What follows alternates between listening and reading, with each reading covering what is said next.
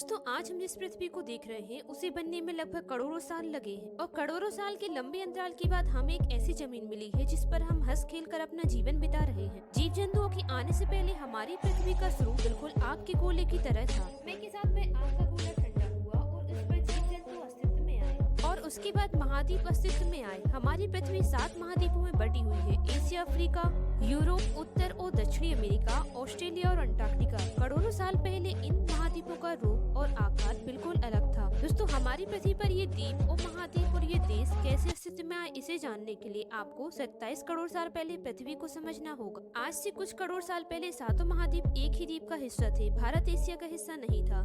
जब भारत एशिया का हिस्सा बना तब तो हिमालय पैदा हुआ। हिमालय की ऊंचाई हर साल बढ़ती जा रही है और इन सब के पीछे एक ही वजह है। 20 करोड़ साल पहले दुनिया के सभी देश और महाद्वीप एक ही जमीन के टुकड़े का हिस्सा थे। वक्त के साथ इनमें दूरियां बढ़ती गई और ये दूरियां आज भी बढ़ती जा रही हैं। दूरियों के बढ़ने से एक ही समुद्र की जगह पर दुनिया के सबसे ऊंचे पहाड़ यानी हिमालय को जन्म दिया। यही वजह है कि हिमालय की ऊंचाई हर साल कुछ सेंटीमीटर बढ़ती जा रही है। कैसे शुरू हुई ये पूरी कहानी, चलिए आइए जानते हैं। वीडियो को एंड तक जरूर देखिएगा। वीडियो पसंद आए तो चैनल को लाइक, शेयर कर चैनल को सब्सक्राइब करना ना भूलेगा। 14वीं सदी तक दुनिया के 2 बड़े हिस्सों के बीच कोई संपर्क ही नहीं था।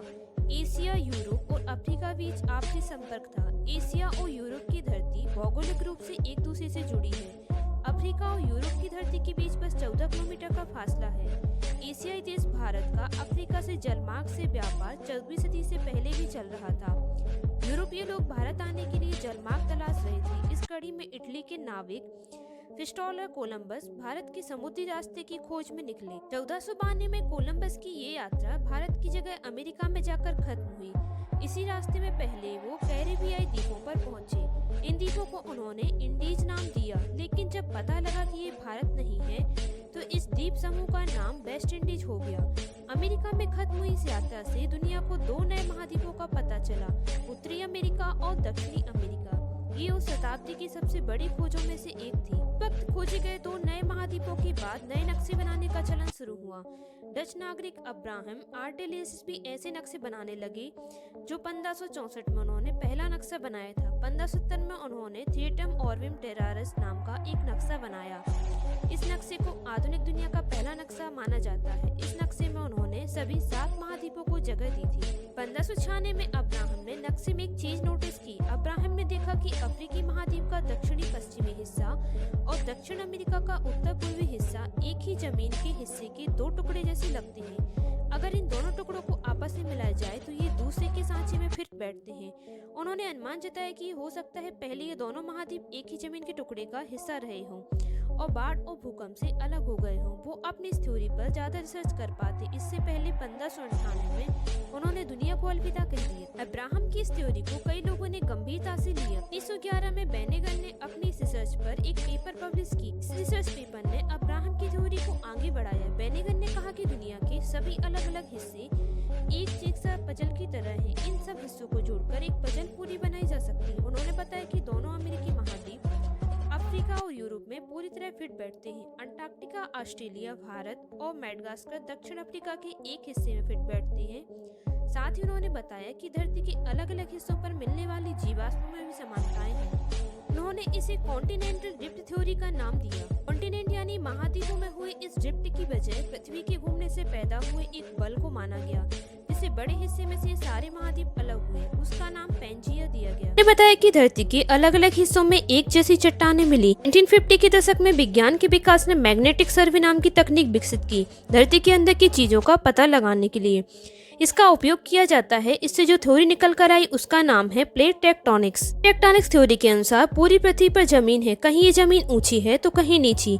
नीची जमीन पर जहां पानी भर गया है वहां समुद्र बन गए हैं। अगर धरती को समुद्रों से हटाकर देखा जाए तो पूरी पृथ्वी कुछ प्लेट्स में बटी है।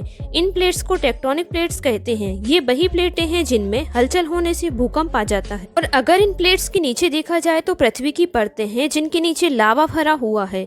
यह लावा लाखों डिग्री तापमान का होता है। इसे खौलते लावा के चलते इन प्लेट्स की स्थिति बदलती रहती है।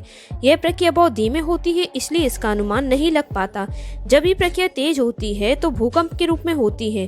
2011 में जापान में आए भयानक भूकंप के बाद जापान की भौगोलिक स्थिति में भी मामूली परिवर्तन दर्ज किए गए थे। प्लेट टेक्टोनिक्स थ्योरी के बाद यूएस जियोग्राफिकल सर्वे ने अपनी रिसर्च निकाली। इस रिसर्च ने बताया कि 33 करोड़ साल पहले पृथ्वी पर जमीन का एक ही टुकड़ा था जिसका नाम था पेंजिया।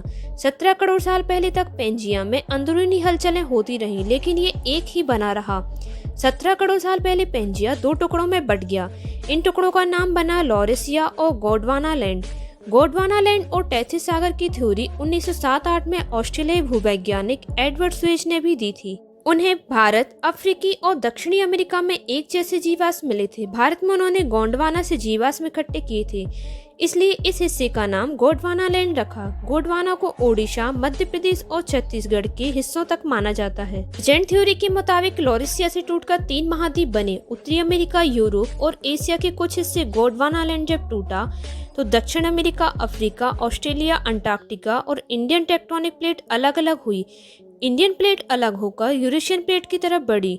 यूरेशियन प्लेट मतलब जिस पर यूरोप और एशिया बसे थे। 5 करोड़ साल पहले इंडियन प्लेट इस यूरेशियन प्लेट में घुस गई। इंडियन प्लेट के टकराने से पहले यूरेशियन प्लेट के नीचे समंदर था। इस समंदर का नाम टेथिस सागर था।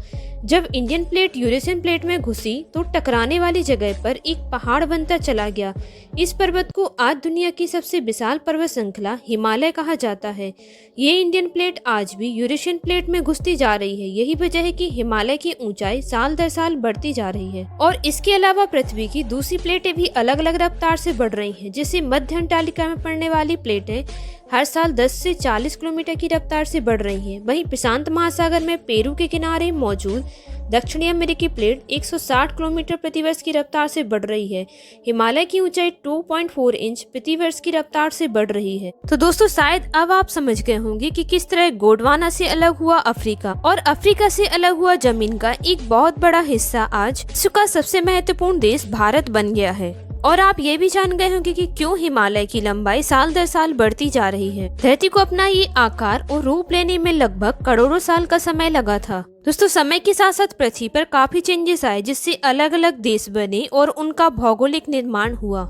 हम इंसान अपनी प्रकृति को कभी समझ नहीं सकते क्योंकि इसका इतिहास काफी गहरा और सदियों पुराना है। दोस्तों, आज की इस वीडियो में हमने आपको बताया कि किस तरह पृथ्वी के एक विशाल महाखंड टूटने से आज के सभी देश अस्तित्व में आए, जिसमें हमारा भारत भी शामिल है।